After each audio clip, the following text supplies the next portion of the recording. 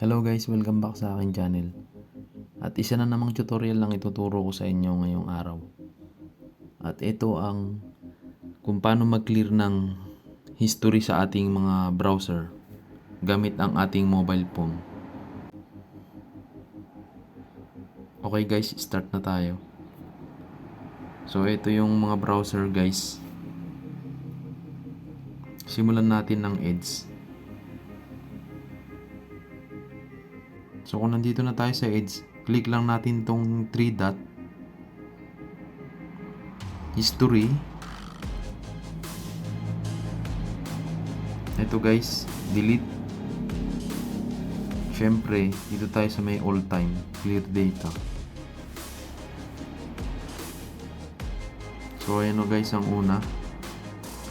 At kung dito naman tayo sa Opera Mini, open lang natin ang application. Punta tayo rito sa red na bilog.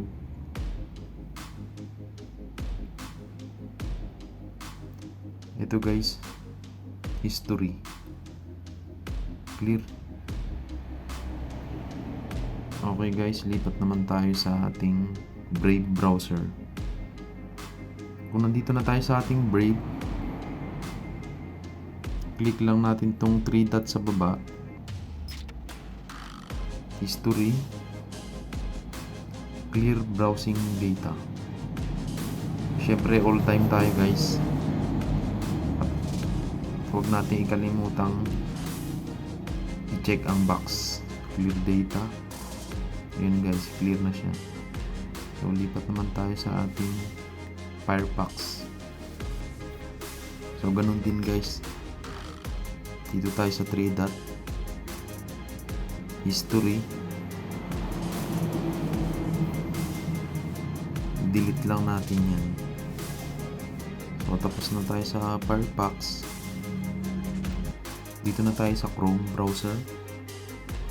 Click natin tong 3 dot, history,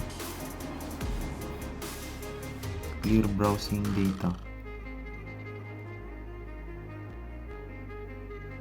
Clear data.